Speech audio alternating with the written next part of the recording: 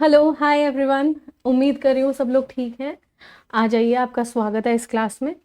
हम यहाँ पे पिछले 5 साल के सीजीएल में जितने भी क्लोज टेस्ट आए हैं उसमें से चुन के टॉप 10 करने वाले हैं जो कि डिफ़िकल्ट हैं। और आपको ये चैलेंज है कि आप मुझे बताइएगा कि आप कितने क्लोज टेस्ट इनमें से बिल्कुल ठीक कर पाए हैं। पाँचों के पाँचों ब्लैंक्स, चारों के चारों ब्लैंक्स। चलिए शुरू करते हैं। क्लोज टेस्ट वैसे भी आपके बहुत काम आने हैं, मेंस के पेपर में तो वैसे ही बहुत काम आने हैं क्योंकि 12 मार्क्स का क्लोज टेस्ट होता है और टीयर 1 में भी होते हैं 10 मार्क्स के क्लोज टेस्ट। सो अभी मेंस का पेपर है तो मतलब मैं ये कहना ही चाहूँगी कि बहुत सारे लोगों को पढ़ के जाने चाहिए cloze test. Let's begin the session. उससे पहले मैं आपको ये बता दूँ कि जितने भी कॉम्प्रहेंशन है ना 2019 टू 2023 वो ऑलरेडी मैंने इस चैनल पे करा रखे हैं, तो आप इसको रेफ़र कीजिए। आपको पता है कॉम्प्रहेंशन की कितनी वैल्यू है। 36 marks, if I am not wrong, yes I am not wrong. 36 marks जो हैं वो कॉम्प्रहेंशंस के हैं आपके टीयर 2 में, है ना। तो इट्स वेरी इंपॉर्टेंट, यहीं पे बच्चे फंसते हैं। तीसरी चीज़ ये कि आपको इसकी पीडीएफ और बाकी जितनी भी पीडीएफ्स हैं, बहुत सारी पीडीएफ्स हैं, वो मेरे टेलीग्राम लिंक पे मिलेगी। लिंक होगा डिस्क्रिप्शन में, टेलीग्राम पे मिलेंगी। बहुत सारी पीडीएफ्स हैं, पिछले प्रीवियस ईयर्स की 5 ईयर्स की पीडीएफ्स दे रखी हैं और नए नए पेपर्स की भी पीडीएफ्स दी हुई है। तो अगर आप इस क्लास की और बाकी पीडीएफ्स को भी फ्री में लेना चाहते हैं तो you have to subscribe this channel which is on Telegram. Let's begin the session now. आइए, तो पहला क्लोज टेस्ट जो है वो 2024 का ही है और मैं 2 मिनट के लिए हट जाती हूँ ताकि आप स्क्रीन पे देख लें और फिर मैं पढ़ाना शुरू करती हूँ इस क्लोज टेस्ट को। पॉज कर लीजिएगा।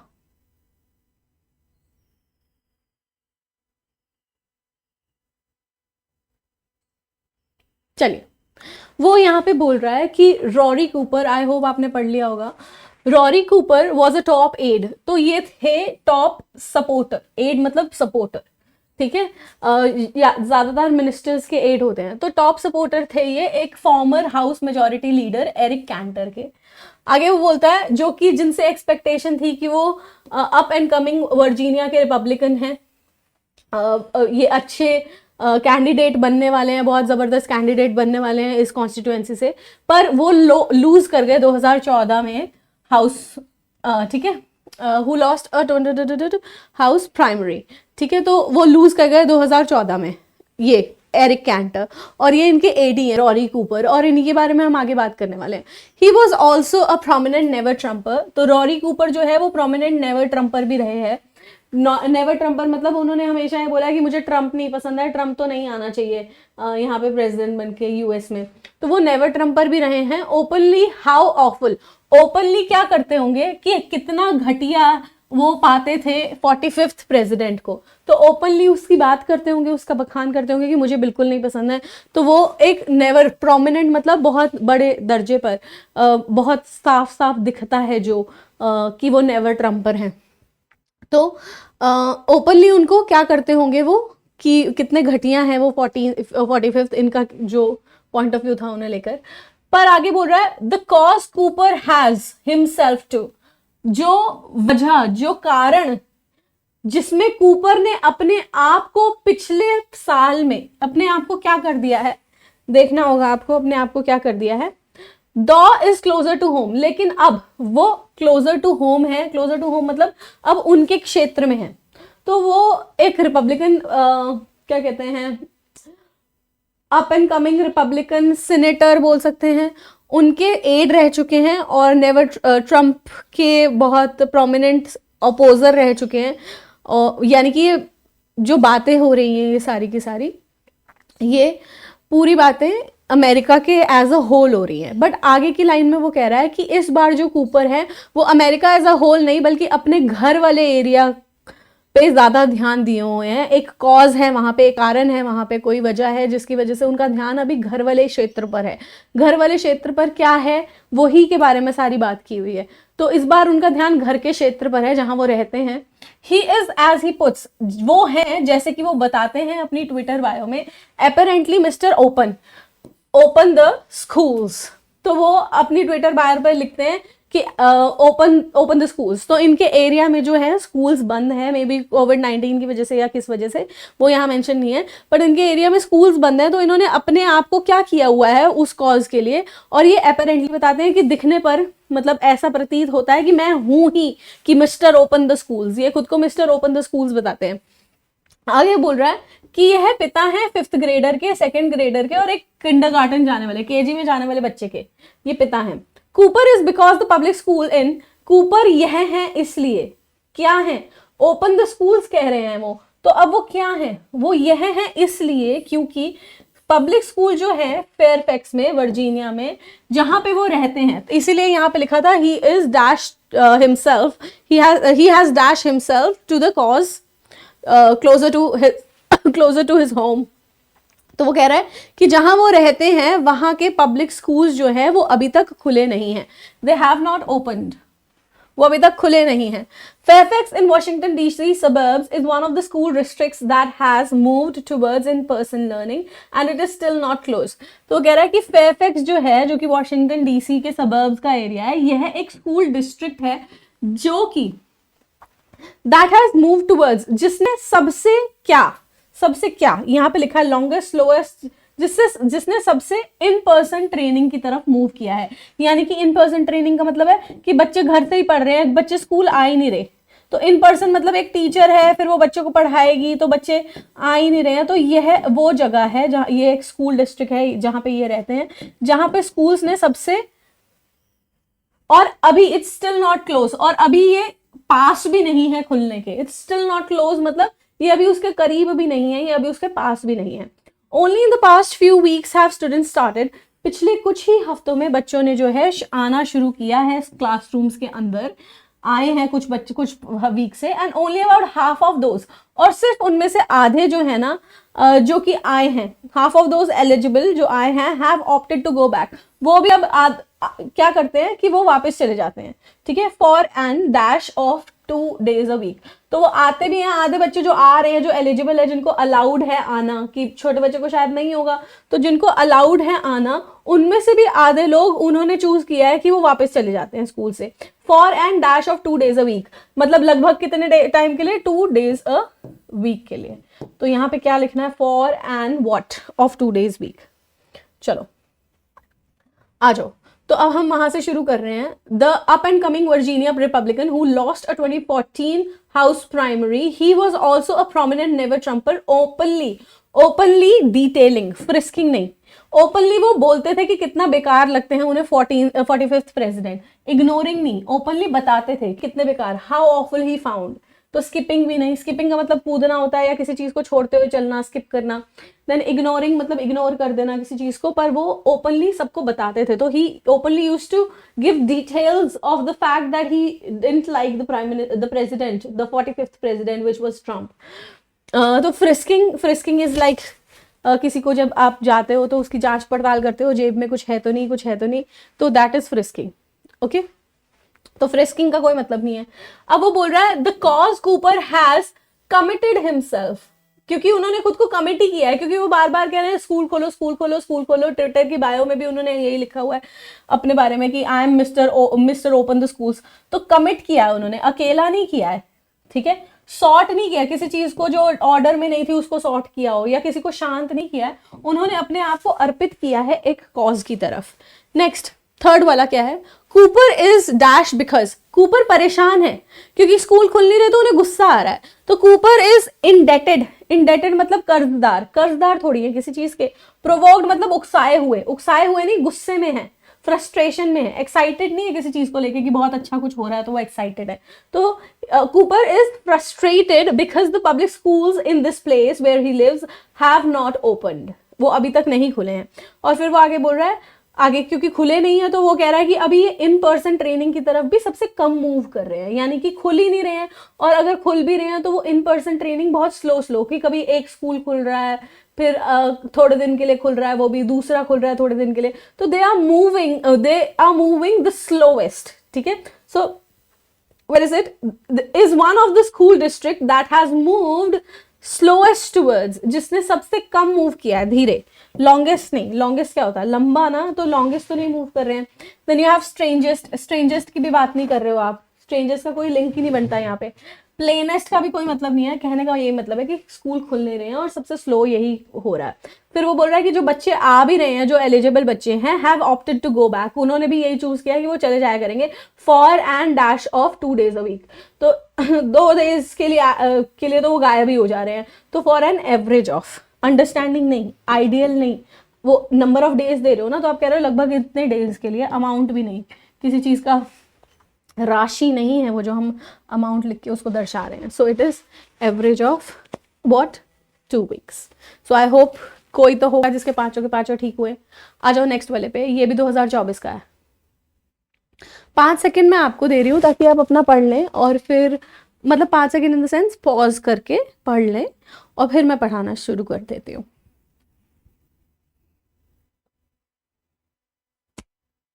चलिए, तो ये जो पूरा का पूरा क्लोज टेस्ट है वो बता रहा है, राइटर इसमें बता रही है कि उनकी एक नेबर है जो ऑस्ट्रेलिया से शिफ्ट हुई है यहाँ पे, और वो सिंगल मदर है, और परेशान थी थोड़ी शिफ्ट होते वक्त, क्योंकि इतना काम करना पड़ता है शिफ्टिंग वगैरह करते हुए, लॉजिस्टिक्स बहुत होता है। और अब उन्हें ना थोड़ा सा सुकून है इस बात का कि उनका स्कूल जो है बच्चे के लिए वो बहुत पास में है घर के, तो उनको इस बात का सुकून है। बट बाद में जब वो जाती हैं एडमिशन कराने, तो उन्हें पता लगता है कि ये स्कूल सिर्फ हाफ डे के लिए है, बच्चा इसके बाद कहीं और चला जाएगा, दूसरे वाले स्कूल में चला जाएगा फुल डे के लिए। तो वो परेशान होती है। पहले तो वो खुश थी कि चलो मेरे को वॉक करके चली जाऊंगी, मेरे पास गाड़ी तो है नहीं, बच्चे को ले आऊंगी और छोड़ आऊंगी, पर अब बस कहीं और भी ले जाएगी तो फिर वहां से वापस लाना इज डिफिकल्ट ना। तो उनको इस बात का दुख होता है, और फिर उन्हें पता लगता है कि यहाँ पे ना फुल डे स्कूल्स भी हैं, ऐसा नहीं है कि हाफ डे स्कूल्स ही हैं, बट वहाँ फुल डे स्कूल्स के लिए एक लॉटरी लगानी पड़ती है और उनकी ट्यूशन फीस भी होती है फुल डे स्कूल्स की। और ये स्कूल्स जो हैं ये पब्लिक स्कूल्स हैं। पब्लिक का मतलब यहाँ पे जैसे गवर्नमेंट स्कूल्स, इंडिया में पब्लिक स्कूल प्राइवेट स्कूल्स होते हैं, बट यहाँ पे गवर्नमेंट स्कूल को पब्लिक बोलते हैं हम, जहाँ पे सारी पब्लिक आ सकती है। तो वो कहते हैं कि सब, फिर जैसे ही उन्हें पता लगता है ना कि इस पब्लिक स्कूल की ट्यूशन फीस भी है, तो वो हैरान होती है कि यार ये तो फंडामेंटल राइट है, गवर्नमेंट स्कूल में कैसे ट्यूशन फीस। तो फिर वो राइटर बोलती है मुझे भी ऐसा ही लगा था जब मेरे को अपने बच्चे का एडमिशन कराना था, मैं भी हैरान थी कि फीस लगती है। तो उसकी भी हमने लॉटरी करवाई, पर फिर जब वो हाफ डे में गया लॉटरी में, वो सक्सेसफुल नहीं हुआ, फुल डे में नहीं जा पाया, हाफ डे में गया, तो मुझे भी दिक्कत होती थी ट्रैवल करने में उसके साथ। तो यही पूरा का पूरा बता रहा है। और लेट्स डू दिस नाउ। तो बोल रहा है व्हेन ओजिया क्रूज बैंक्स, जब ओजिया क्रूज बैंक्स मूव की ओहायो में न्यूजीलैंड से कुछ टाइम पहले, ईयर्स अगो। अब आप बताओ कितने, क्या लिखेंगे यहाँ पे। शी वॉज ओवरवेल्म, वो ना पक चुकी थी, बहुत ज्यादा एक्स्ट्रा हो गया था उनके लिए, लॉजिस्टिक से अप्रूटिंग हर लाइफ, अपनी लाइफ को जो उन्होंने अप्रूट किया था, अप्रूट करके वो कहीं और शिफ्ट हो रही थी, तो वो परेशान हो गई थी उस लॉजिस्टिक से, पलायन वगैरह से। पर वो खुश थी। बट क्रूज, अब यहाँ बट लिख रहा है ना, तो बट का मतलब है कि वहां परेशान थी तो यहाँ खुश है। बट क्रूज बैंक्स, जो कि डेनिसन यूनिवर्सिटी की प्रोफेसर हैं और एक सिंगल मदर हैं, who is also my neighbour, जो कि मेरी नेबर भी है और फ्रेंड भी है, was dash to find a house, वो खुश थी फाइंड एक घर पाके जो कि बिल्कुल पब्लिक एलिमेंट्री स्कूल के पास में ही था। शी अज्यूम्ड, उन्होंने ऐसा सोचा that she would be able to walk, कि वो वॉक कर लेंगी आप पिक करने के लिए अपनी बेटी को, जो कि एक नीडेड कन्वीनियंस भी थी, उनको चाहिए भी थी ऐसी कन्वीनियंस कि पास में ही स्कूल हो, क्योंकि उनके पास अभी तक गाड़ी नहीं थी। अनफॉर्चुनेटली, पर दुख की बात यह है, unfortunately when she went to register her daughter for kindergarten, जब वो अपनी बेटी को किंडरगार्टन केजी के लिए लेके गई रजिस्टर करने के लिए, she was met with an that surprise, तो उनको एक ऐसा सरप्राइज लगा। क्या सरप्राइज, अनफॉर्चुनेट है तो कुछ बुरा ही पता लगा उन्हें, है ना। तो कैसा surprise, the only option was a half day program, तो ओनली ऑप्शन क्या था उनके पास, कि हाफ डे प्रोग्राम का ही ऑप्शन था। That was but students to a day care centre, जो कि फिर उसको क्या कहते हैं, वो बस करके जाता है डे केयर सेंटर में एक दूसरे बच्चे को, on the outskirts of town for the afternoon, तो आफ्टरनून में फिर वो किसी डे केयर में भेज लेके जाता बस करके।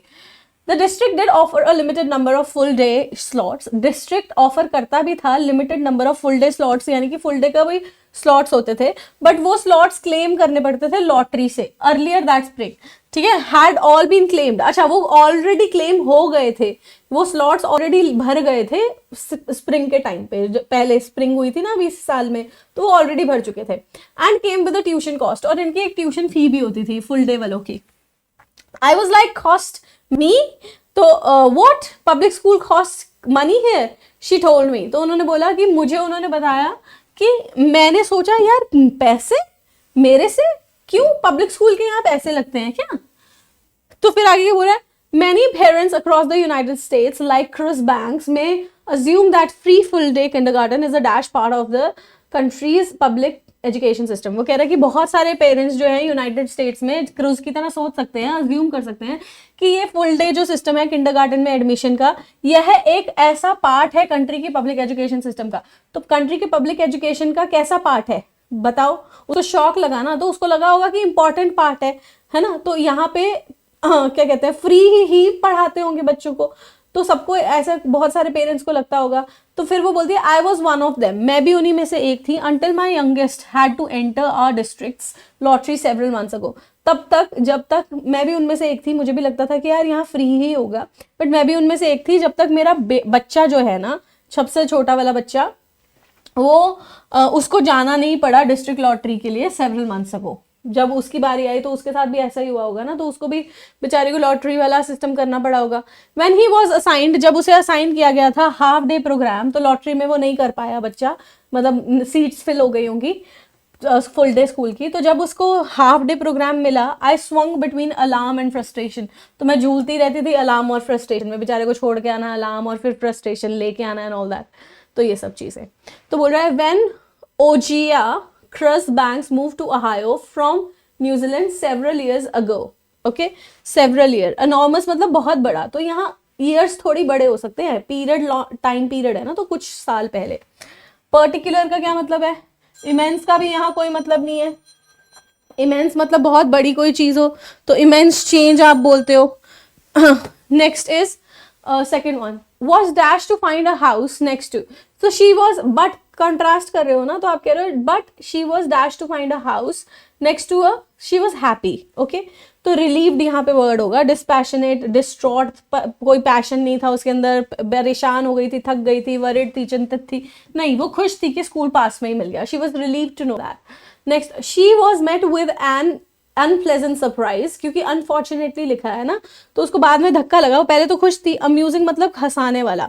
अग्रीएबल मतलब जो जिसमें आपको अच्छा फील हो, अग्रीएबल क्लाइमेट, बहुत अच्छा, तो आपके विपरीत ना जो जा रहा हो।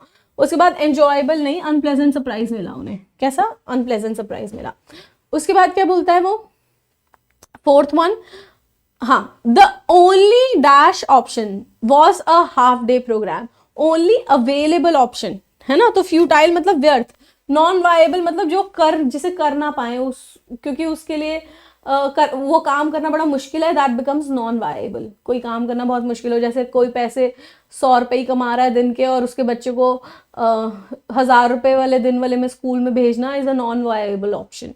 देन यू हैव एक ही लौता अवेलेबल ऑप्शन था, इनएक्सेसिबल मतलब जहां तक आप पहुंच ना सको, तो वो भी कोई मतलब नहीं रखता। Dash, kindergarten is a dash part of the country. Kindergarten कैसा पार्ट है, सॉरी पढ़ना है ना, तो many people may assume that the education is free and a full day kindergarten is a dash part of the country's public system। तो वो important required part होगा, inessential नहीं। क्योंकि बहुत सारे स्टूडेंट्स यही सोचेंगे ना, यार केजी का स्कूल है, केजी के स्कूल में तो फ्री एजुकेशन होनी ही चाहिए, तो सीजलेस का मतलब जो कभी अंत ना हो, वो कोई मतलब नहीं रखता। डिसअप्रूव्ड जिसको आपने हामी नहीं भरी, तो रिक्वायर्ड। तो बहुत सारे लोग ये सोच सकते हैं कि वो रिक्वायर्ड पार्ट है किसका, स्कूल एजुकेशन सिस्टम का, किंडरगार्टन में फ्री एजुकेशन, बट ऐसा होता नहीं। ठीक, चलो करें आगे क्वेश्चंस। थर्ड वाला 2023 का सीजीएल है ये।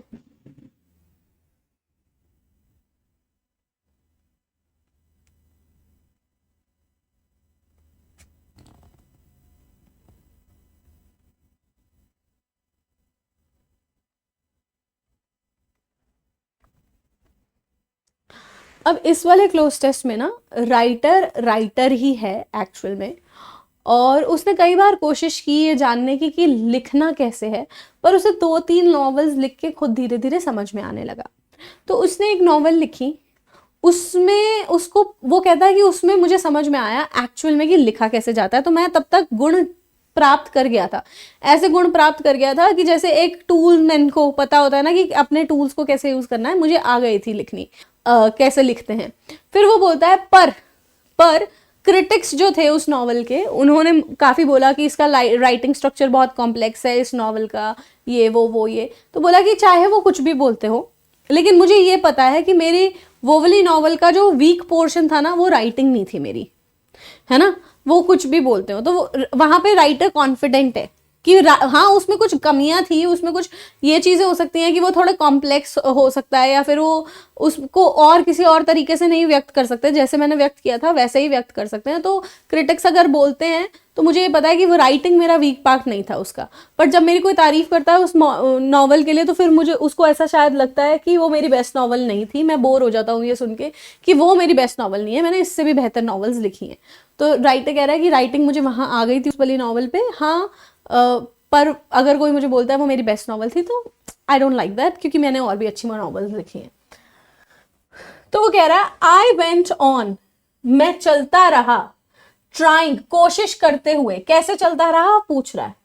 मैं चलता रहा कोशिश करते हुए यह पता लगाने के लिए कि कैसे करना है। क्या कैसे करना है? Find out how to, what writing की बात कर रहा है, तो आगे हमें समझ आएगा कि वो राइटिंग की बात कर रहा है। But I wrote, how to के आगे उसने क्या करना है वो नहीं लिखा, बट हम समझ गए कि वो राइटिंग की बात कर रहा है। But I road 2 or 3 novels, पर मैंने 2 या 3 नॉवेल्स लिखी without feeling that I had made, बिना ये फील किए कि मैंने अच्छी प्रोग्रेस की है। तो पहले तो वो ढूंढ रहा था लिखना कैसे है, फिर उसने 2-3 नॉवेल्स लिखी, उसको ना ये फीलिंग भी नहीं हुई कि उसने कुछ अच्छी प्रोग्रेस की भी है। It was not until I wrote, तब तक जब तक मैंने ये कहानी नहीं लिखी, ठीक है, एथन फ्रोम जब तक मैंने नहीं लिखी, देन आई सडनली फेल्ट, तब राइटर को अचानक से रियलाइज हुआ कि वो एक कारीगर की तरह, ठीक है, जैसे कारीगर को फुल अपने इम्प्लीमेंट्स जो भी वो चीजें यूज करता है ना, उसका अपना खुद का एक कंट्रोल होता है ना उसके ऊपर। मैं आंसर ही दे दिया मैंने, उसका खुद का कंट्रोल होता है ना, तो उसको भी ऐसे लगने लगा कि मेरा भी अब राइटिंग पे कंट्रोल आ गया। जब मैंने ये नॉवल लिखी तब तक मुझे ऐसा लगने लग गया। बोलता है when Ethan Frome first appeared, जब ये नॉवल पहली बार आई, I was dash criticised by the viewers, तो मैं रिव्यूअर्स के द्वारा ऐसे क्रिटिसाइज हुआ था, रिव्यूअर्स के द्वारा ऐसे क्रिटिसाइज हुआ था for what was considered the clumsy structure of the tell.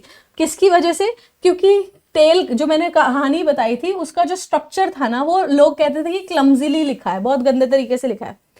I had pondered long on this structure, मैंने इस स्ट्रक्चर पे बहुत विचार किया था। I had prolong long on this, नहीं pondered, I am sorry, ponder मतलब विचार करना। मैंने इस स्ट्रक्चर पे बहुत लंबे टाइम तक विचार किया।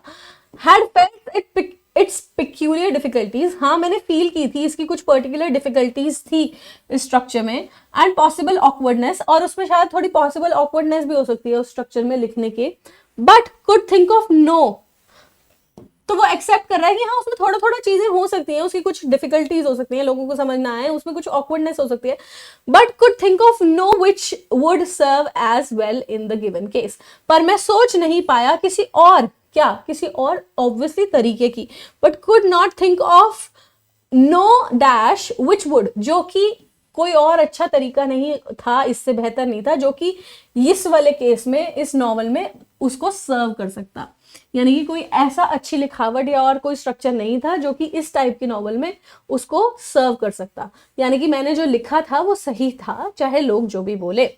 एंड दो I am far from thinking, और हालांकि मैं इस चीज से, इस विचार से बहुत दूर हूं कि इथन फ्रॉम मेरी बेस्ट नॉवल है, and I am bored and even exasperated, और मैं बोर्ड भी हूं और एग्जैस्परेटेड भी हूं, मैं बोर भी हो जाता हूं और मैं चिढ़ भी जाता हूं। एग्जैस्परेशन मतलब गुस्सा आना, मैं बोर भी होता हूँ, मैं चिढ़ भी जाता हूँ जब मुझे कोई बोलता है कि ये है आपकी बेस्ट नॉवल। तो राइटर कह रहा है ये मेरी बेस्ट नॉवल नहीं है, पर मैं बोर हो जाता हूँ और चिढ़ जाता हूँ जब मुझे कोई बोलता है कि ये मेरी बेस्ट नॉवल है। आई एम स्टिल श्योर, मैं अभी भी श्योर हूं that it's structure is not it's weak, कि इसका जो स्ट्रक्चर था फ्रोम वाली नॉवल का वो इसका वीकेस्ट पॉइंट नहीं है। तो राइटर अपनी इस नॉवल में बहुत खुश है अपनी राइटिंग से और उसको कोई प्रॉब्लम नहीं है, ठीक है। पर उनको ये था कि हाँ वो स्ट्रक्चर कॉम्प्लेक्स हो सकता है, बाकी सारी चीज़ें हो सकती हैं, पर उसको कोई प्रॉब्लम नहीं है। ये बैगी बहुत है मेरी ये जैकेट, मैं नहीं पहनूंगी इसको आगे से यहाँ पे, बहुत बैगी है, अब ठीक थोड़ी सा फिर भी लग रहा है। चलो, I went on steadily trying to find out, धीरे धीरे मैं फाइंड करता गया। एम्बिगुअसली मतलब जिस बात में क्लैरिटी ना हो, तो यहाँ कोई मतलब नहीं है एम्बिगुअसली का। धीरे धीरे वो कोशिश कर रहा था कि कैसे लिखना है। प्लेफुली खेलते हुए तो कोशिश नहीं कर रहा होगा। प्लॉजिबली मतलब कि मोस्ट प्रोबेबली ऐसा हो सकता है, plausibly this can be the answer, है ना, ऐसा हो सकता है कि ये आंसर हो, पर ऐसा हो सकता है ट्राई तो नहीं कर रहा है ना, वो स्टेडिली धीरे धीरे ट्राई कर रहा था कि कैसे लिखनी है नॉवल को। But I road 2 or 3 novels without feeling that I had made progress. कैसी प्रोग्रेस? मच प्रोग्रेस, कि मैंने कुछ ज्यादा प्रोग्रेस की हो। नो सूनर का क्या मतलब है? अभी ऐसा हुआ भी नहीं था कि नहीं। सो यहाँ रीजन नहीं दे रहा वो किसी चीज का, वो कह रहा है कि पर इन नॉवेल्स, 2-3 नॉवेल्स में मुझे ऐसा लगा नहीं था कि मैंने कुछ ज्यादा प्रोग्रेस कर दी है। So I had made much progress, बैली नहीं। ठीक है, तो नेगेटिव बोल रहा है ना कि मुझे फीलिंग नहीं आ रही थी, without feeling that I had made any progress और मच प्रोग्रेस। बैली नहीं होगा। अगर बैली लिखता तो फिर विदाउट नहीं लिखता। ओके वो बोलता कि I had made barely any progress, ऐसा कुछ लिखना। नेक्स्ट, फिर वो बोल रहा है जब मैंने ये लिखी, I suddenly felt the artisans full control of his implements, तो मुझे तब फुल कंट्रोल फील हुआ अपने राइटिंग पे, जैसे एक कारीगर को होता है अपने इम्प्लीमेंट्स को लेकर। डिसेंट मतलब किसी के बीच उपद्रव करना, किसी चीज को लेके ऑपोजिशन दिखाना। रिजिडिटी नहीं होगा, स्टेबिलिटी नहीं होगा, कंट्रोल, जैसे कि एक आर्टिजन को फुल कंट्रोल होता है अपने इंस्ट्रूमेंट पे। स्टेबिलिटी स्थिरता है, स्टेबल है कोई चीज। रिजिडिटी मतलब ढीठपना, तो कोई मतलब नहीं दे रहा वहां पे। आई वॉज पूरी तरह criticised, I was severely criticised, selectively नहीं कि कोई कर रहा है कोई नहीं कर रहा। इंटेलिजिबली मतलब बहुत चंट तरीके से क्रिटिसाइज हो रहा था। लेजिबल मतलब लॉ के हिसाब से क्रिटिसाइज हो रहा था, नहीं। वो कह रहा है मैं बहुत बुरी तरह से क्रिटिसाइज हुआ था उस नॉवल के लिए कि स्ट्रक्चर उसका थोड़ा वो है, क्या है, क्लमजी है, वहां लिखा है। Next, but could think of no, पर मैंने बहुत उसके बारे में सोचा, हाँ उसमें थोड़ा बहुत डिफिकल्टी थी, पर्टिकुलरली कुछ ऑकवर्डनेस थी, but could think of no alternative, पर मैं उसका कोई अल्टरनेटिव नहीं ढूंढ पा रहा था जो कि वहां पे सही बैठता। तो एडजुडिकेशन मतलब किसी को जज करना, एडल्ट्रेशन यानी मिलावट करना, तो this can not be the answer. Alternative बोल रहा है, अल्टरनेट मतलब एक के बाद दूसरा को छोड़ के, जैसे 1 2 3 अल्टरनेट है, 1 और 3, फिर 4, फिर 5, फिर 6, फिर 7 8 9, तो ये अल्टरनेट है। 5 अल्टरनेट है, 7 अल्टरनेट है, 9 अल्टरनेट है, दीज आर अल्टरनेट। पर कोई उपचार, कोई और चॉइस नहीं थी, दैट इज अल्टरनेटिव। ठीक है, चलो नेक्स्ट क्वेश्चन करेंगे अब हम। करिए, 5 सेकेंड्स में अपने मन में कर रही हूँ, आप पॉज करें और इसको पढ़ें, उसके बाद मैं समझा ही रही हूँ 5 सेकेंड के अंदर।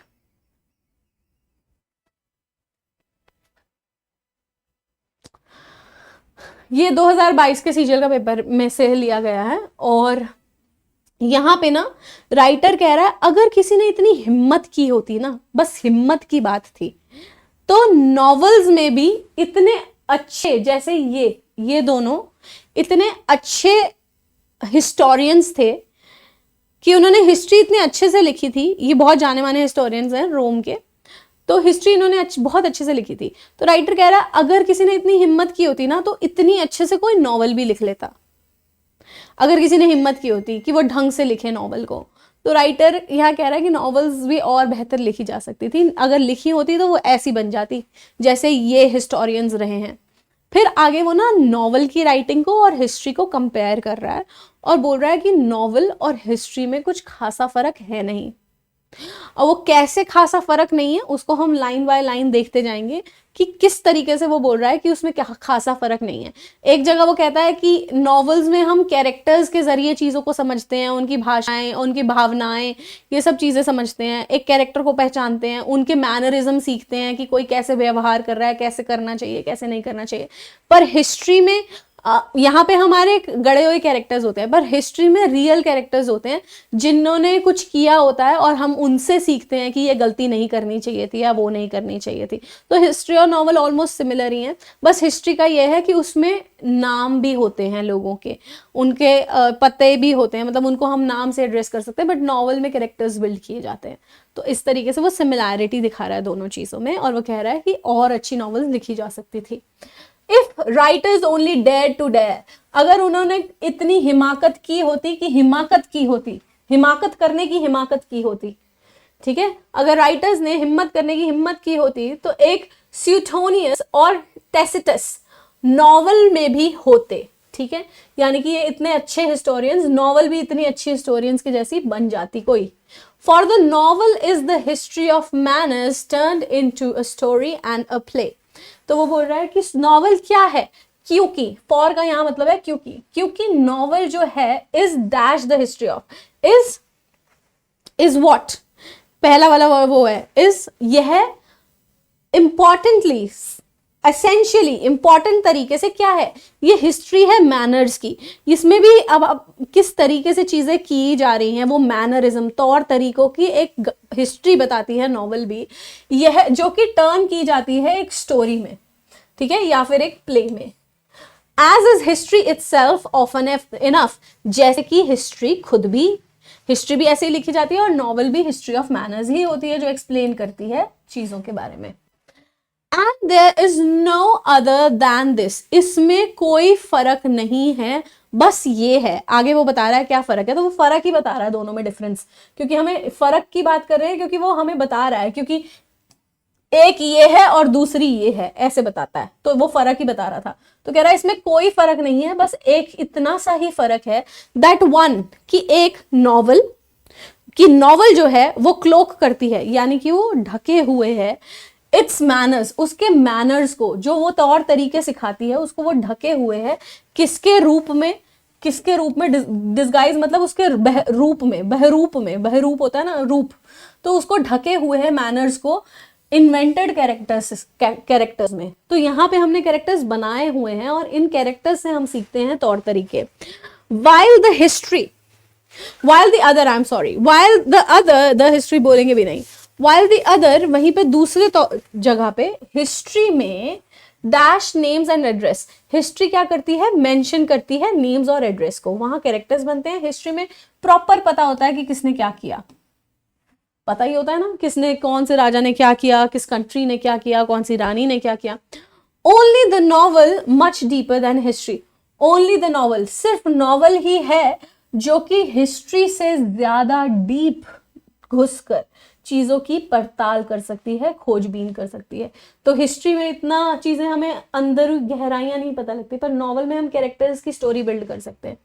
तो ये बोल रहा है, आओ, if writers only dare to dare, a Suetonius or a Tacitus of the novel could exist, for the novel is essentially the history of, novel क्या है, अंततः, या अंततः नहीं बोलेंगे, बट नॉवल जो है बेसिकली यही है, नॉवल है हिस्ट्री ऑफ मैनर्स। तो इट इज ऑप्शनल ही नहीं, ऑप्शन नहीं है कि हम मर्जी है तो होगी, नहीं है तो नहीं होगी, नीडलेसली, मतलब जरूरत ना पड़ने पर भी ये है, जरूरत ना पड़ने पर भी नहीं, अननेसेसरीली का भी वही मतलब है। तो ये कहाँ कह रहा है कि बेसिकली, एसेंशियली नॉवल जो है वो हिस्ट्री ऑफ मैनर्स ही है। And there is no other than this, there is no other difference than this. तो डिफरेंस की बात कर रहा है, क्योंकि आगे आप देख रहे हो, तो सैंपल या मैटर या प्रेगमैटिज्म, प्रेगमैटिज्म का मतलब होता है रैशनैलिटी या प्रैक्टिकलिटी, उसको बोलते हैं प्रेगमैटिज्म, प्रैक्टिकल होना किसी चीज का। तो वगैरह कोई डिफरेंस नहीं है इसमें। The novel clocks it manners under the disguise of, under मतलब वो रूप के नीचे छुपाए हुए है इन्वेंटेड कैरेक्टर्स में मैनर्स, मतलब वो मैनर्स अपने इन्वेंटेड कैरेक्टर्स के रूप में छुपाए हुए है। तो अंडर द गाइज ऑफ, ठीक है, अराउंड, उसके आसपास नहीं, कुछ है, किसी के कपड़े के नीचे कोई छुपा होता है ना, तो इसी तरीके से। तो it is under the guys of, beside नहीं, उसके बगल में नहीं, अमंग मतलब सबके बीचों बीच, तो वो भी नहीं होगा। तो इसके जो मैनर्स हैं वो इन्वेंटेड कैरेक्टर्स के रूप में छुपे हुए हैं। Fourth, history dash names and addresses, वो कह रहा है कि इसके छुपे हुए हैं पर हिस्ट्री के छुपे नहीं हुए। हिस्ट्री सीधा मुंह पे बोलती है, हिस्ट्री रिमूव्स नहीं, हिस्ट्री प्रोवाइड्स। स्ट्रैंगुलेट मतलब गला घोटना, नेगेट्स मतलब किसी चीज को ना करना, किसी चीज की कि नहीं ये सही नहीं है, ठीक है। तो provides names and addresses. Only the novel, सिर्फ नॉवल ही ऐसी है जो कि घुसपैठ कर सकती है, अच्छे से पड़ताल कर सकती है, बार्गेनिंग नहीं करेगी, प्रोब करेगी, एक्सप्लोर करेगी किसी चीज को, ठीक है। सिर्फ नॉवल ही एक्सप्लोर कर सकती है हिस्ट्री से ज्यादा। लिसन नहीं कर रही किसी चीज को। इम्बाइब मतलब किसी चीज को अपने अंदर समेटना, उस चीज को, जैसे हम अपने अंदर कुछ हैबिट्स इम्बाइब कर सकते हैं, आप अभी एजुकेशन इम्बाइब कर रहे हो अपने अंदर, तो नॉवल तो इम्बाइब नहीं करेगी कुछ भी, बल्कि नॉवल जो है वो प्रोब करेगी, ठीक है। चलो नेक्स्ट वाला देख रहे हो आप, कितने क्लासी क्वेश्चंस आ जाते हैं पेपर में। तो ऐसे अगर आ जाएंगे तो फिर दिक्कत हो जाती है, इसलिए रीडिंग की हैबिट करनी पड़ती है। अब ऐसा तो नहीं मैंने खुद बना दिया, अच्छे खासे क्वेश्चंस हैं ये, नहीं हाथ लगेंगे बहुत सारे बच्चों के। आप बताइएगा मुझे कमेंट सेक्शन में कि आपका कोई भी क्लोज टेस्ट ऐसा था जिसमें आपके पांचों के पांचों ब्लैंक सही हुए हो।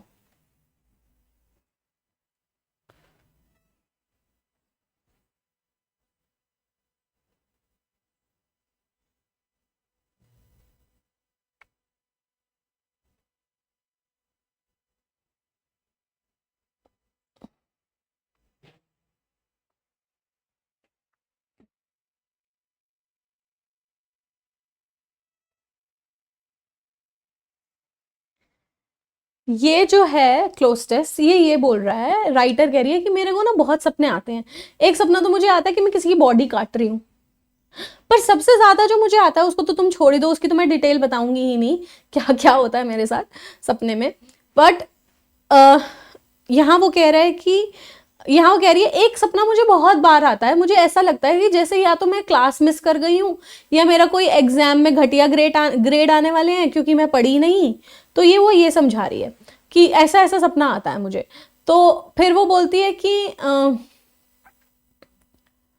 कोई ये सपना सपना ही नहीं है, कोई मुझे अगर जानता हो ना तो उसको पता होगा कि ये जो मेरे को सपने आ रहे हैं ये मेरी पुराने वाली रियलिटी से अलग नहीं थे। इस कॉलेज में भी मैं ऐसे ही करती थी, कभी कुछ छूट रहा है कभी कुछ छूट रहा है।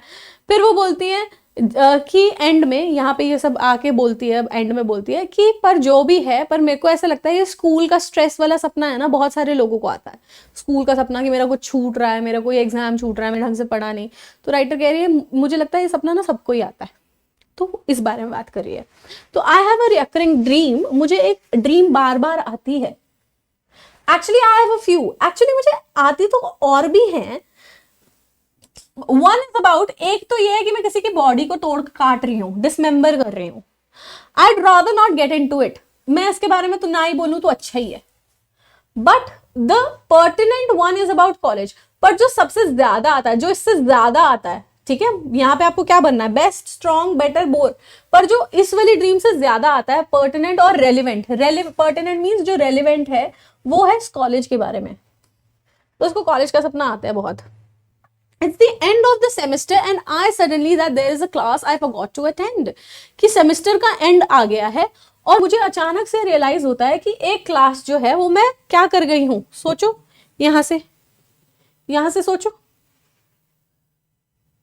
हाँ, तो मेरे को ये सडनली ऐसा महसूस होता है कि एक क्लास जो है मैं फॉरगेट कर गई हूं अटेंड करना।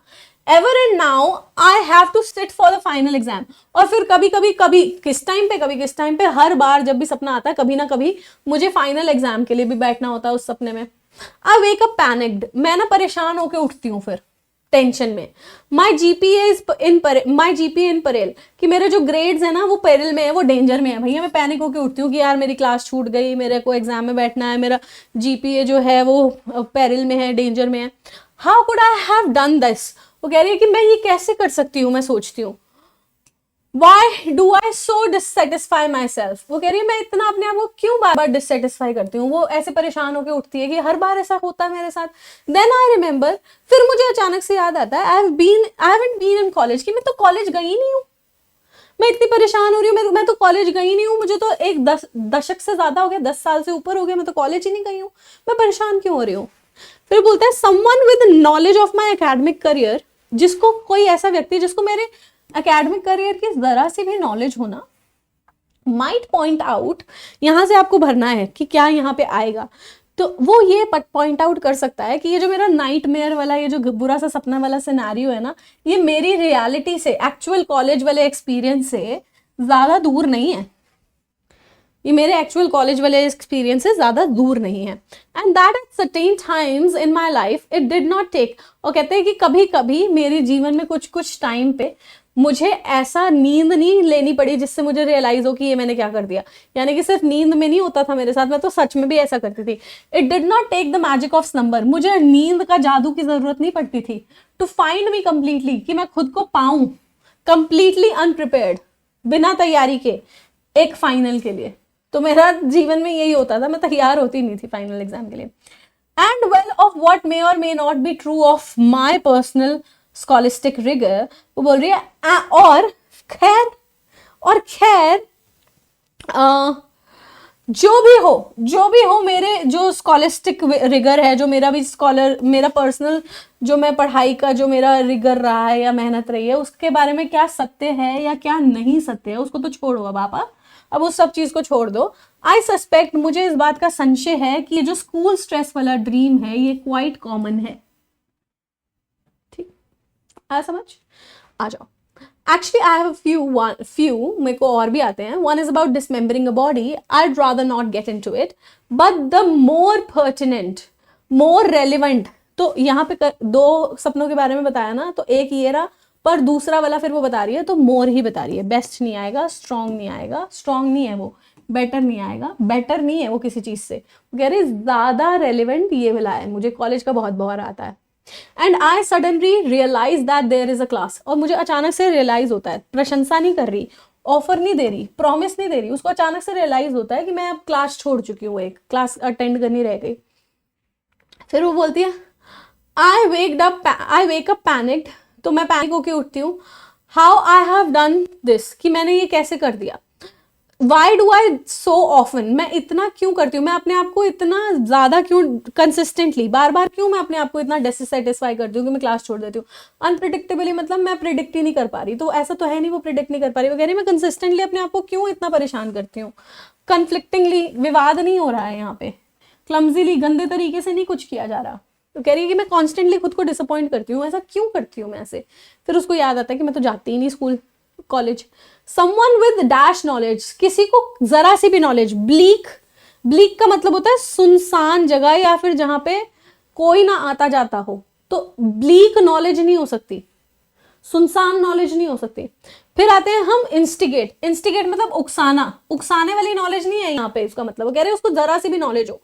अब आते हैं हम रिमोट और डिस्टेंट पे। डिस्टेंट का मतलब होता है दूर का, फिजिकली, जैसे कि आप बोल रहे हो this point is distant from this one, तो डिस्टेंस मतलब दूर की नॉलेज, दूर की नॉलेज। यहाँ पे डिस्टेंट फिजिकली होता है कि डिस्टेंस बीच में ज्यादा है, तो यहाँ नॉलेज का डिस्टेंस की बात नहीं कर रहे हैं आप, ये बोल रहे हो कि एक ऐसी नॉलेज जिस तक पहुंचना मुश्किल हो, रिमोट, जो बहुत कम लोग जानते हो।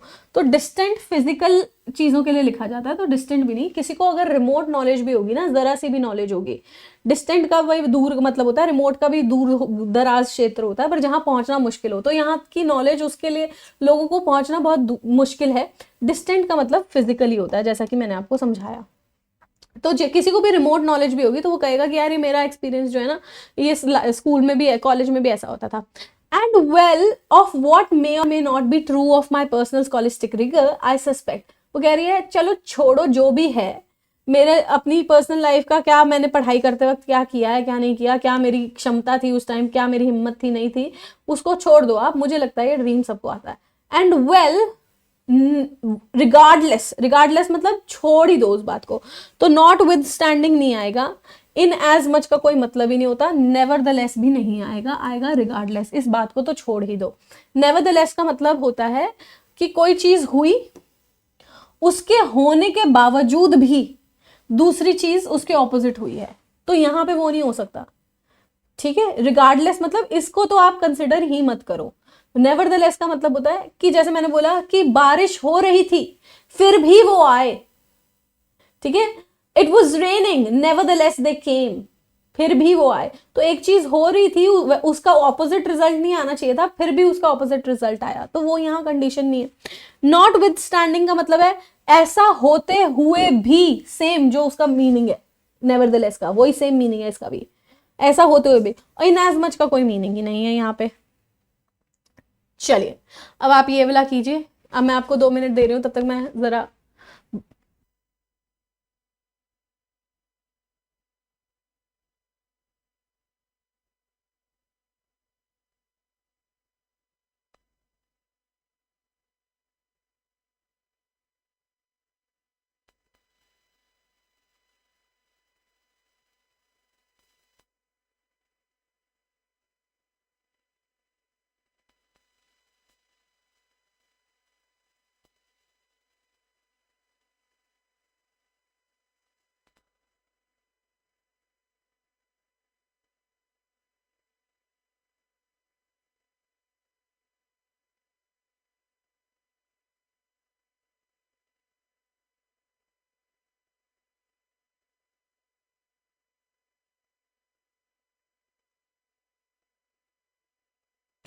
ठंड है ना, तो मैंने कहा एक बार वॉशरूम हो आती हूँ। चलो शुरू करते हैं। I will tell you what I will do and what I will not do. तो यहाँ पे ना राइटर क्या कह रहा है कि मैं बताऊंगा तुम्हें कि मैं क्या करूंगा और क्या नहीं करूंगा। मैं कोई भी वो चीज नहीं करूंगा जिसको मेरे को ऐसा लगता है कि वो मेरे लायक नहीं है, मुझे सर्व नहीं करती। मैं कोई भी चीज नहीं करूंगा ऐसी जो मुझे लगता है मेरे लायक नहीं है, वो मेरे आइडियोलॉजी को सर्व नहीं करती है। तो चाहे वो मेरा चर्च की आइडियोलॉजी हो, चाहे मेरा नेशन हो, फादरलैंड हो, चाहे मेरा घर हो, मैं वो किसी भी चीज को वो नहीं करूंगा। आई विल ट्राई टू, मैं कोशिश करूंगा कि मैं अपने आप को प्रस्तुत करूं अलग अलग तरीके से, अपनी लाइफ को प्रस्तुत करूं अलग अलग आर्ट फॉर्म में, जितना मैं कर सकता हूं उतना।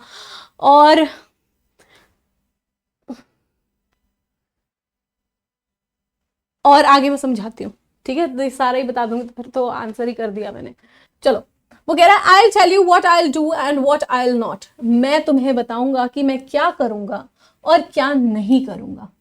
आई विल नॉट, मैं नहीं करूंगा वो जो कि that in which I know longer believe, जिस चीज में मैं विश्वास नहीं करता उसके लिए मैं चाकरी भी नहीं करूंगा। जिस चीज में मैं विश्वास नहीं करता उसकी मैं चाकरी भी नहीं करूंगा। इट कॉल्स मी, फर्क नहीं पड़ता, एक्चुअली यही कहना चाहता है, क्योंकि यहाँ ऑप्शंस दे रहा है ना कि इट सेल्फ होम, चाहे वो मुझे अपना घर बताए कि ये तो तेरा घर है, घर के लिए कर दे, चाहे वो अपना नेशन बताए कि तेरा नेशन है, अपने नेशन के लिए कर दे, चाहे वो बताए चर्च, चाहे ये तेरा रिलीजन है, अपने रिलीजन के लिए कर दे, मैं नहीं करूंगा। And I will try to, और मैं कोशिश करूंगा कि मैं खुद को क्या करूं, इन सम मोड ऑफ लाइफ, जीवन के किसी पहलू में अपने आप को यह करूं, और आर्ट या फिर एक कला में अपने आप को ज्यादा से ज्यादा एक्सप्रेस करने की बात कर रहा है वो, ज्यादा से ज्यादा एज आई कैन, ठीक है, जितना ज्यादा और जितना खुल के मैं कर सकता हूं उतना, and as wholly as I can, जितना पूर्ण रूप से कर सकता हूं, होली। तो आप यहां सुने क्या आना चाहिए। यूजिंग फॉर माई डिफेंस, अपने डिफेंस में, अपने आप के डिफेंस में कि मैं ऐसा क्यों कर रहा हूं, my defence, the only arms I myself to use, जो ओनली आर्म्स, जो ओनली क्या कहते हैं,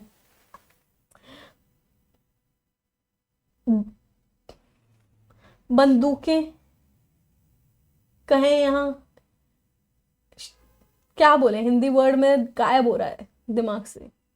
ओनली शस्त्र, जो ओनली शस्त्र मैं खुद को अलाउ करूंगा यूज करने के लिए, वो होगा साइलेंस, एग्जाइल। एग्जाइल मतलब वहां से निकल लो, तुम गिव अप करके निकल लो वहां से, exile and cunningness, cunning behaviour. आगे कुछ आना चाहिए था, यहाँ रह गया, चलो कोई नहीं, ठीक है, कनिंग बिहेवियर या कनिंगनेस, ऐसा कुछ होगा शायद, कनिंगनेस में भी, ठीक है। तो मैं यही सब यूज करूंगा अपने डिफेंस में। आ जाओ अब। I will tell you what I will do and what I will not. I will not serve, मैं किसी की चाकरी नहीं करूंगा। डेट मतलब कर्ज, कर्ज का यहाँ कोई मतलब नहीं है, ड्रेन नहीं कर रहे आप किसी चीज को, खर्च कर लेना या फिर नाली के जरिए बहा देना, या नाली खुद लैग, पीछे रह गया, कुछ नहीं। वो कह रहा है कि मैं किसी को भी सर्व नहीं करूंगा अगर मैं विश्वास नहीं रखता उस चीज में। वेदर इट कॉल्स मी, चाहे वो मुझे ये कहे चाहे ये, क्योंकि वेदर और का पेयर होता है ना, वेदर दिस और दैट, ठीक है। तो नेवर द लेस नहीं आएगा। प्रिज्यूमेबली मतलब ऐसा आप मान के सोच के चलते हो शायद ऐसा हो, तो समटाइम्स भी नहीं होगा। वेदर और का पेयर होगा, वेदर दिस और दैट, चाहे मुझे ये कहे चाहे ये कहे। I will try to express myself, art के जरिए और किसी भी मोड ऑफ लाइफ में वो एक्सप्रेस करेगा, कलेक्ट नहीं करेगा वो खुद को, डिसअपियर नहीं करेगा। आर्ट में आप खुद को एक्सप्रेस ही करते हो, स्टेरिलाइज नहीं करेगा, अनप्रोडक्टिव नहीं करेगा खुद को, वो एक्सप्रेस करेगा खुद को, ठीक है। As freely as I can, क्योंकि वो कह रहा है पूर्ण रूप से, तो यहाँ पे भी हम पॉजिटिव ही सोच रहे हैं कि मैं खुद को ऐसे एक्सप्रेस करूंगा। पिथिली ने मतलब जैसे कि बहुत कंजूसड़े तरीके से, सुकड़ सुकुड़ के। मॉर्बिडली मतलब डिजीज से रिलेटेड होता है। मॉर्बिडली जैसे कोई अनोइंग सी चीज, जैसे कि कोई डिजीज ही हो, जैसे किसी को चोरी करने की आदत, तो वो चिड़चिड़ा लगता है ना, हमें ऐसा लगता है कि यार क्या गंदगी है ये कैसी बीमारी लगी पड़ी है उसे। ब्लीकली मतलब वही, जैसे मैंने आपको बताया, सुनसान तरीके से नहीं, फ्रीली खुद को एक्सप्रेस करेगा और पूर्ण रूप से जितना वो कर सकता है। Using in my defence the only arms, जो शस्त्र में अपने जो मैं अपने डिफेंस में यूज करूंगा, जो मैं खुद को अलाउ करूंगा। खुद को एफिमिनेट का मतलब नहीं, एफिमिनेट मतलब और ताना, महिला के रूप में।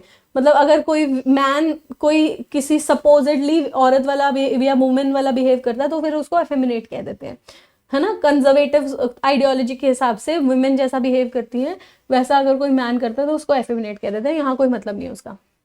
आई arms I behave myself, वो खुद को बिहेव नहीं करेगा। आर्म्स जो वो खुद को अलाउ करेगा यूज करने के लिए। कॉशन सतर्क नहीं करेगा, बल्कि वो यूज करने वाला है साइलेंस, एक्साइल और कनिंगनेस को, तो वो अलाउ करेगा खुद को, ठीक है। हुए 5 में से कोई सही, मतलब सारे के सारे। आओ 2022 करो, मैं पानी पी लूं, बोल बोल के भी थक जाती हूँ।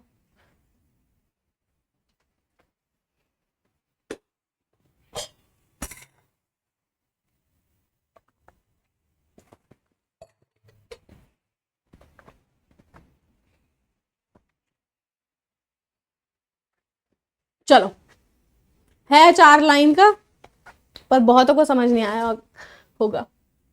द थिंग, जो चीज, नॉडेड विगरसली, उसने नॉड किया बहुत तेजी से। वो कोई चीज थी जिसने यूं यूं यूं करके, विगरसली मतलब बहुत तेज तरीके से नॉड किया।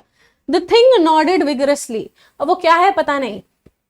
एज इट नॉडेड, जब उसने नॉड किया, the left button I fell off, उसकी जो लेफ्ट आई का बटन था, यानी कि कोई चीज है, कोई इंसान नहीं है, उसकी लेफ्ट आई का बटन जो है वो गिर गया।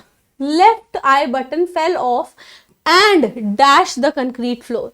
तो 2 ऑप्शन साथ में है, fell off the concrete floor, ठीक है।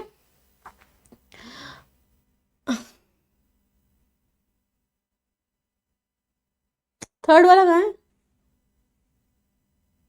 अच्छा ठीक है। तो कंक्रीट फ्लोर पर ऐसे करते हुए गिर गया। कैसे करते हुए वो आपको देखना है। द थिंग लुक्ड अराउंड, उस चीज ने, जब उसका बटन गिरा, आंख जो उसकी गिरी, तो थिंग, उस चीज ने इधर उधर देखा। कैसे कैसे देखा वो बता रहा है कि ऐसे देखा।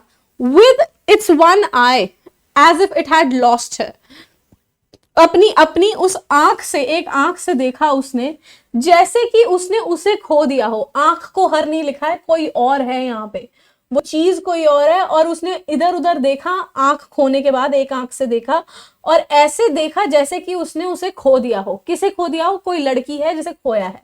आंख को हर नहीं बोलेंगे हम। तो वो कोई चीज है, उसकी आंख गिरी, वो इधर उधर उसने देखा इस तरीके से, एक ही आंख से, और इस तरीके से भी देखा कि जैसे उसने उसे खो दिया हो, उस लड़की को उसने खो दिया हो। किसी को पकड़ रही होगी शायद वो चीज। द थिंग ट्विस्टेड बोनलेसली, वो जो थिंग है, वो जो चीज थी, वो ट्विस्ट हुई बोनलेसली। बिना बोन कैसे हिली टुली होगी? तो उसमें बोन्स भी नहीं थे, ऐसा बता रहा है। It's one I was again facing her, तब तक हिली, यही कहना चाह रहा है कि जब तक उसकी आंख उसको फेस नहीं कर रही थी। यहाँ पे देखना होगा कि क्या कह रहा है वो, तब हमें पता लगेगा कि तब तक ही कह रहा था। It's one I was again facing her, उसकी एक आंख उसको फिर फेस करने लगी।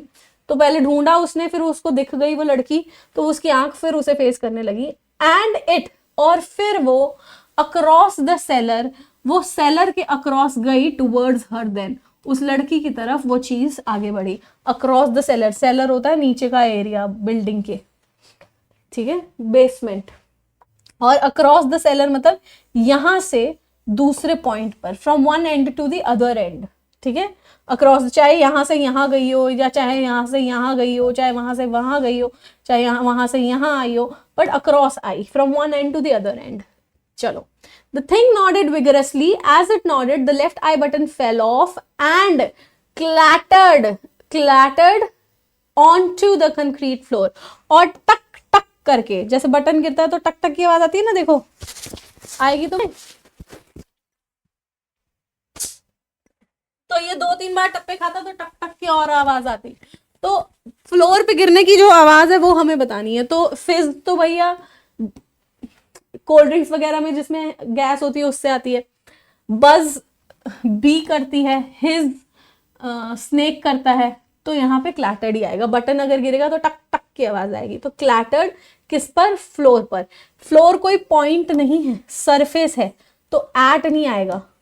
टू मतलब जहाँ पे जाके गिरी, पर फ्लोर के ऊपर आके गिरेगी तो सिर्फ टू नहीं आएगा। टू मतलब वहां पहुंचना, तो सिर्फ पहुंची है वो, हाँ, लेकिन गिरी तो उसकी सरफेस पे है ना, तो टू भी नहीं आएगा। और अप आएगा नहीं, अप का मतलब ऊपर होता है, तो आंसर होगा onto the floor. It clattered onto the floor, floor के ऊपर जाके टक टक करके वो गिरी।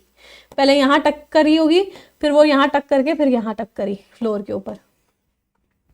ओके, उसके बाद क्या बोल रहे हैं? द थिंग लुक्ड अराउंड, कैसे कैसे देखा होगा उसने? फिरोशियसली, गुस्से से नहीं, क्योंकि उसकी एक आंख नहीं थी और वो किसी को ढूंढ रही थी, खो गई थी वो, तो उसने इधर उधर वेकेंटली देखा कि आसपास तो कुछ दिख ही नहीं रहा।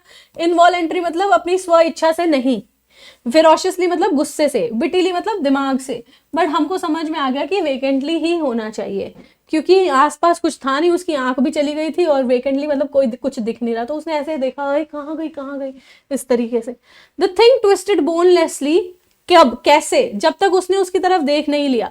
तो कब? अनलेस नहीं होगा, यहाँ कोई कंडीशन नहीं लगी कि ये कंडीशन होगी तो मैं ये करूंगा, ठीक है, उस समय तक जब तक उसने देख नहीं लिया। Until it's one I was against, ठीक है, अनलेस नहीं, अनलेस लगता है कंडीशन को सेटिस्फाई करने के लिए, वो तब तक देखती रही।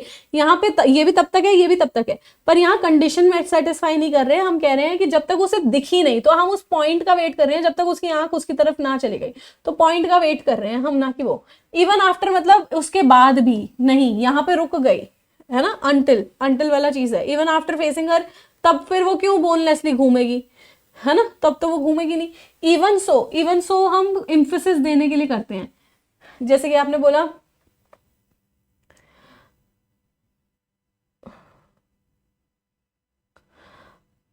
I turned off the switch, even so the machine was working।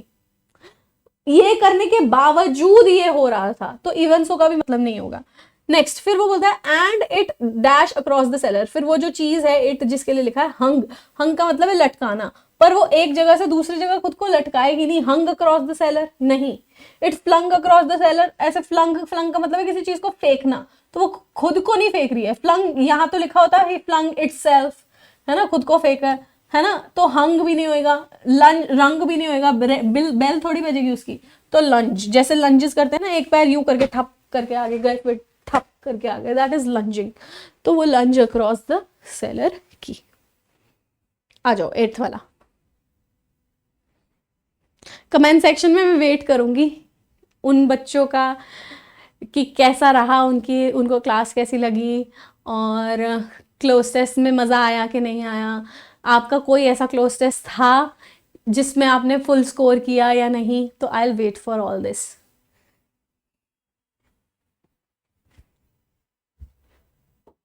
करो।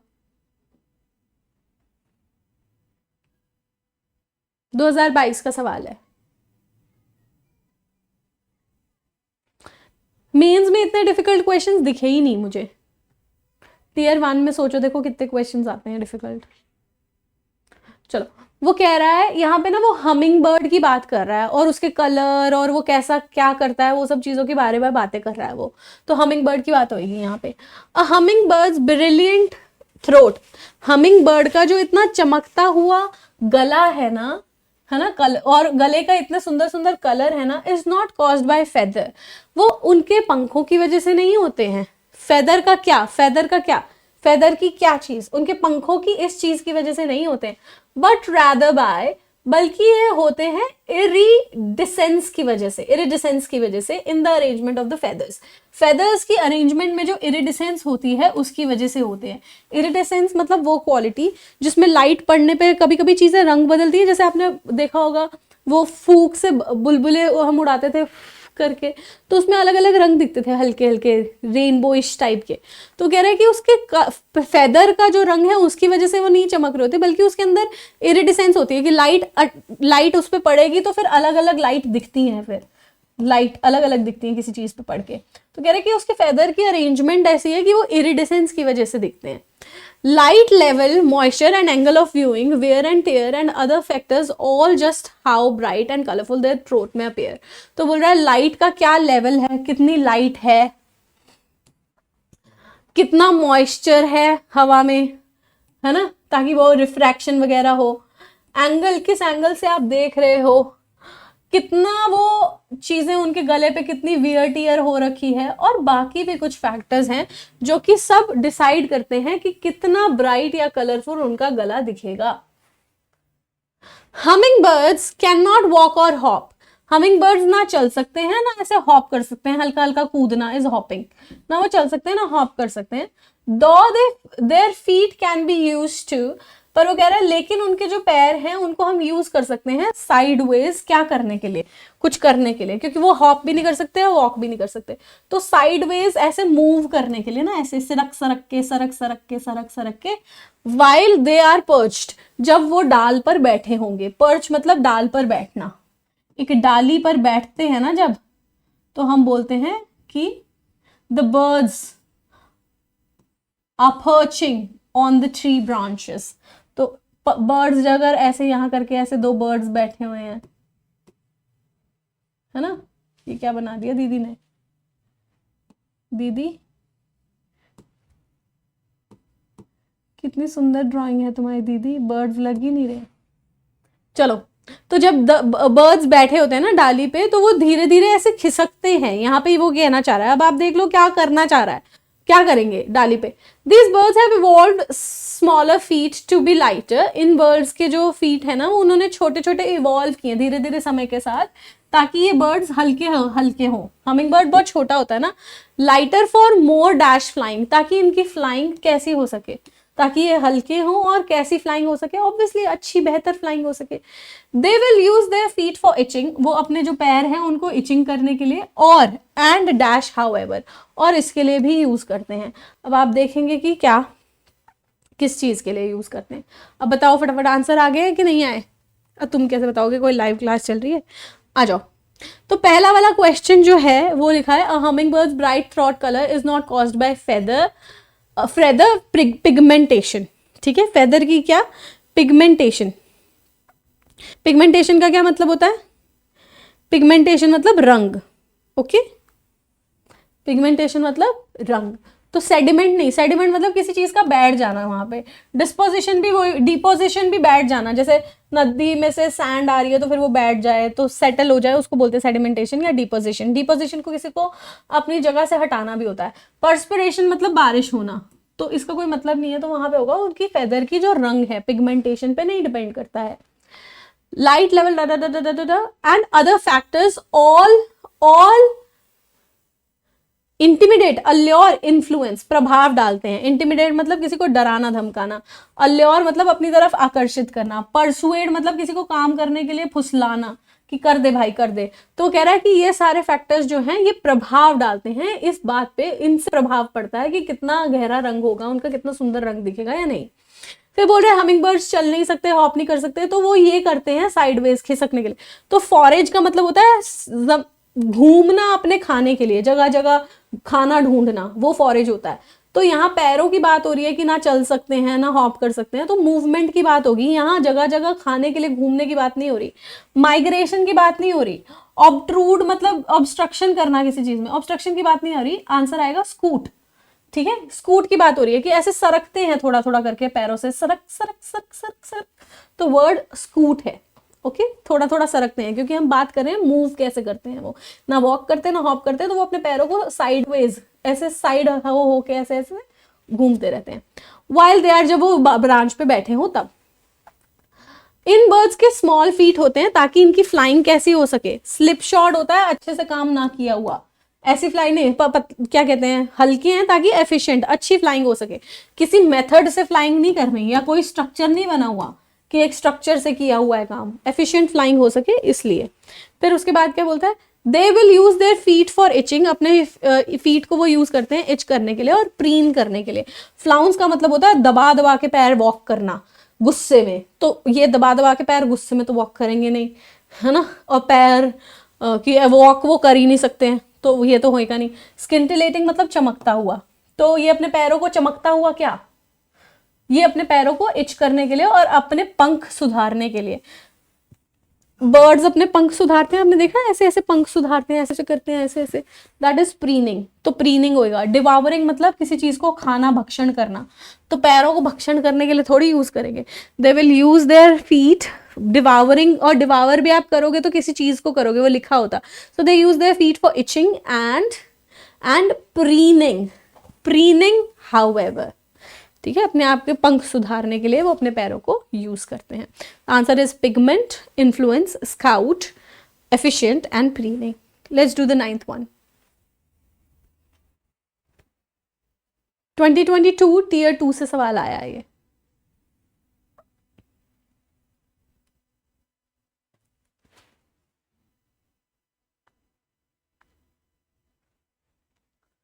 आइए, प्लास्टिक बैग्स के क्या नुकसान हैं और क्या प्रभाव पड़ते हैं उस सब के बारे में ये है पैसेज।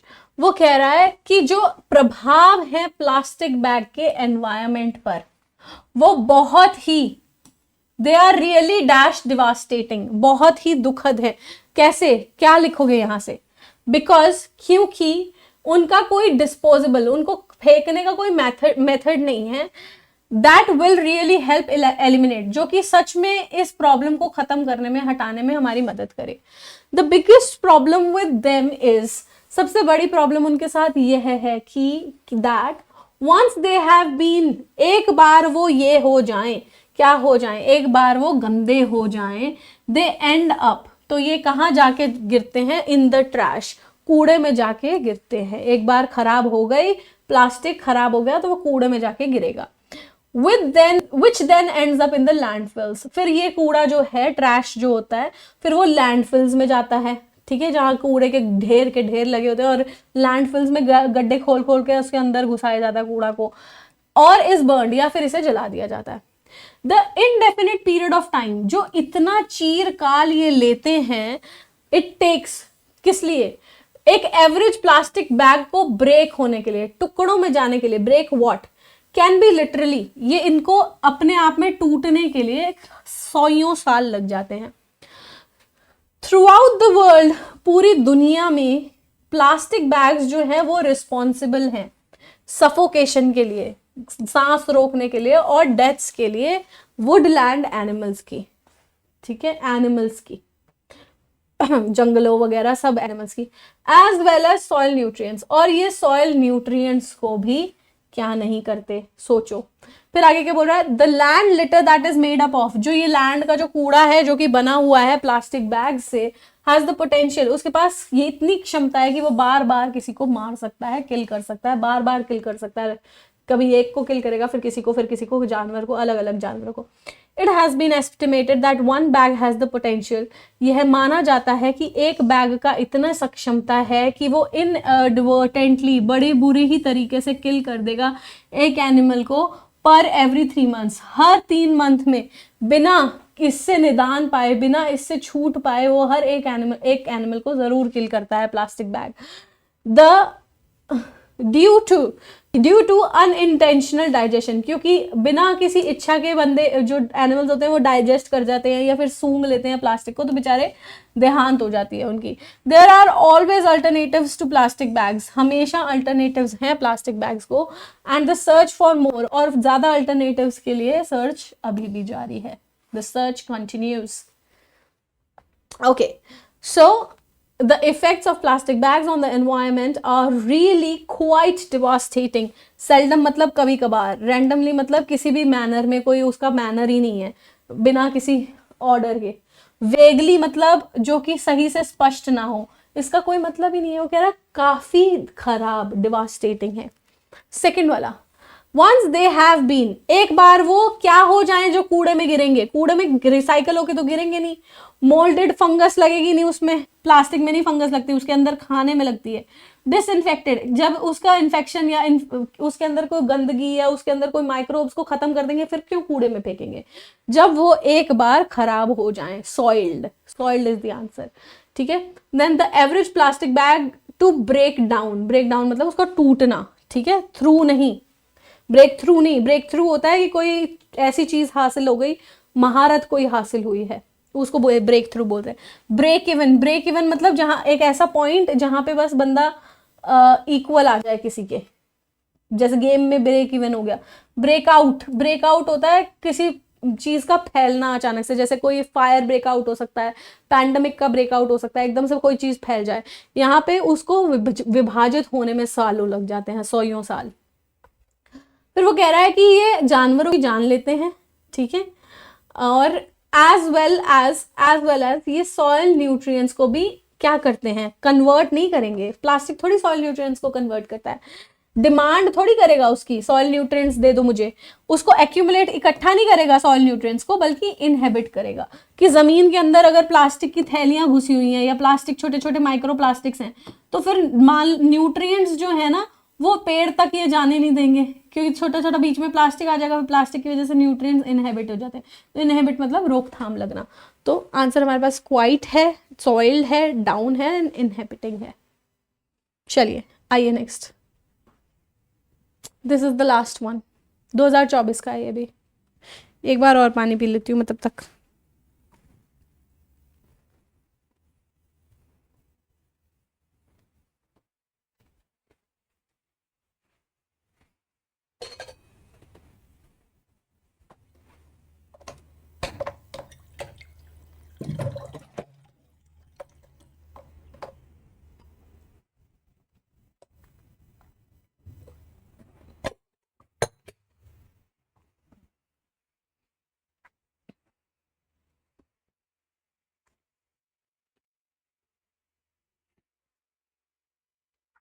आओ देखो, वो कह रहा है कि जब एक लेटर आया इन्फॉर्म करने के लिए उन्हें, ये उन्हें नहीं पता कौन है, यह इन्फॉर्म करने के लिए कि राका की माता तारा, उनका दोबारा से ब्रेक डाउन हो गया है। यहाँ पे वो टू विभाजित नहीं हुई है, बल्कि मेंटली वो सही फील नहीं करी, फीलिंग्स नहीं हो रही और वो शायद अनकॉन्शियस हो गई हो। तो लेटर आया जो बता रहा था कि राका की माँ तारा जो है वो ब्रेक डाउन हो गया और वो हॉस्पिटल में, नर्सिंग होम में है जिनीवा में, ठीक है। एंड दैट राका's ग्रैंड मदर, और लेटर में ये भी लिखा था कि राका की ग्रैंड मदर जो आशा है वो देख चुकी हैं अपने एक ग्रैंड चाइल्ड को दोबारा से पैदा होते हुए। तो उन्होंने बच्चे, उनके ग्रैंड चाइल्ड और होंगे, अब एक और हुआ है, ठीक है। तो उन्होंने आशा dash seen another grandchild safely into the world, तो एक और उनका नाता नाती या पोता पोती कोई आ गया है दुनिया में और वो उन्होंने देख लिया है। तो यानी कि कहने का मतलब ये है कि इस लेटर में ये भी पता लगा है कि राका की माँ हॉस्पिटल में और एक बच्चा हुआ है, ठीक है। और जो बच्चा हुआ है, फिर उन आशा जी की भी बात हुई है, राका की ग्रैंड मदर आशा की भी बात हुई है, जिन्होंने एक बच्चा हुआ है, बच्चे की खबर आई है और वो उन्होंने देख लिया है कि बच्चा अब हो गया, उसको पैदा करवा रही है, वो अपनी रिस्पॉन्सिबिलिटी निभा लिया है उन्होंने बच्चा करवाने की। वॉज फ्लाइंग टू स्विट्जरलैंड, अब वो स्विट्जरलैंड आ रही हैं टू बी विद हर, ताकि वो उनके साथ रहे, राका और उसकी माँ तारा के साथ। तो ये पढ़कर नंदा कौल, अब नंदा कौल भी है, तो ये देम जो है ना, नंदा कौल के घर पे ही लेटर आया होगा, तो ये पढ़कर नंदा कौल ने हर लिप्स, उसने अपने लिप्स को यह किया, सोचो क्या करेगी, ठीक है। The blue sheets of paper with that distasteful sprawl, और उन्होंने ये जो ब्लू शीट्स ऑफ पेपर जिसपे ऑब्वियसली लेटर ही लिखा हुआ था, ठीक है, सारा मैसेज लिखा हुआ था, जिसके ऊपर इतनी घटिया, डिस्टेस्टफुल मतलब स्वाद नहीं है, इतनी गंदी राइटिंग लिखी है। डिस्टेस्टफुल स्प्रॉल, स्प्रॉल मतलब ऐसे राइटिंग ऐसे ऐसे करके लिखी हुई होगी, जैसे राकाज ऐसे करके, राकाज मदर, मदर ऐसे करके कुछ राइटिंग लिखी होगी। तो इतनी गंदी सी ये जो पूरी फैली हुई है उसके ऊपर, पेपर के ऊपर ऐसी गंदी गंदी राइटिंग फैली हुई है। And hit them in her desk, और उसने उसको अपने डेस्क में रख दिया। तो यानी पेपर उसने डेस्क पे रख दिया, डेस्क में रख दिया छुपा के, ठीक है, अब आ जाओ। तो वो कह रहा है जब पेपर आया, अनलेस मतलब कोई कंडीशन को मैच करना, यहाँ कोई कंडीशन नहीं मैच हो रही, फॉर रीजन देता है, for you know I love you, कि तुम जानते हो, क्योंकि तुम जानते हो मैं तुम्हें प्यार करती हूँ। वेन, सूनर का क्या मतलब है, जल्दी ही, तो जल्दी नहीं, जब लेटर आया, when a letter came to inform about this and was in a nursing home in Geneva, and that Raka's grandmother Asha, having seen another grandchild, देख चुकी हैं एक और ग्रैंडचाइल्ड को। तो यहाँ पे हैज सीन नहीं लिखेंगे, हैव सीन वैसे ही नहीं आ सकता, आशा सिंगुलर है, हैव आएगा नहीं, हैड भी नहीं लिखेंगे, ना हैव लिखेंगे ना हैज लिखेंगे, जबकि आ सकते थे यहाँ पे नहीं पर। ठीक है, सीन के साथ हैड भी आ सकता है, हैज भी आ सकता है, हैव भी आ सकता है। हैव इसलिए नहीं मैं बता रही हूँ क्योंकि वो उसके साथ तो वैसे ही नहीं आ सकता। हैज और हैड भी नहीं आएंगे क्योंकि ये मेन वर्ब नहीं है। मेन वर्ब मतलब वैसे तो हैज और हैव हेल्पिंग वर्ब ही है, हैज और V3 की फॉर्म और हैड और V3 की फॉर्म, पर ये अगर मेन वर्ब के तौर पे दोनों मिलके लिखी जाए ना तो ये आ सकती थी।